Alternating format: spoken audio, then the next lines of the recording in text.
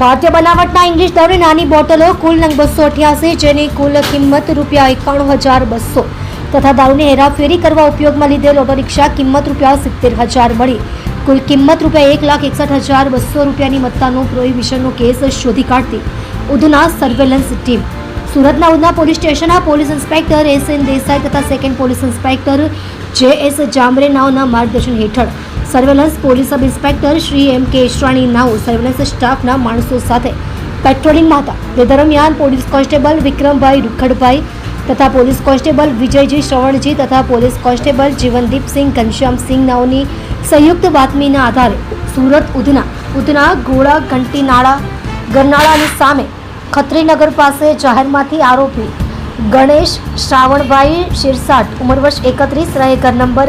167 દત્તાત્રેયનગર society નીલગિરી પાસે લિંબાયત સુરત તથા સાગર છગનભાઈ ઉર્ફે કરણભાઈ લોધે ઉંમર વર્ષ 35 રહે ઘર નંબર 196 બિલિયાનગર 1 ભાતીજી મંદિર પાસે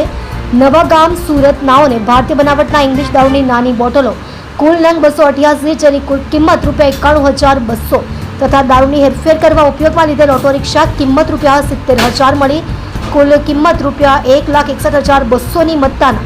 પ્રોહિબિશનના જથ્થા સાથે પકડી પાડી Udhna police station part C ગુનો રજિસ્ટર્ડ નંબર 2025 પ્રોહિબિશન 1ની કલમ 65 AE 8198 મુજબ ગુનો નોંધી ઉપરોક્ત અધિકારીઓ અને પોલીસ કર્મચારીઓએ ખૂબ જ સારી અને પ્રશંસનીય કામગીરી કરી છે. તમે જોઈ રહ્યા છો SD ન્યૂઝ ચેનલ ફેઝર શેખની સાથે.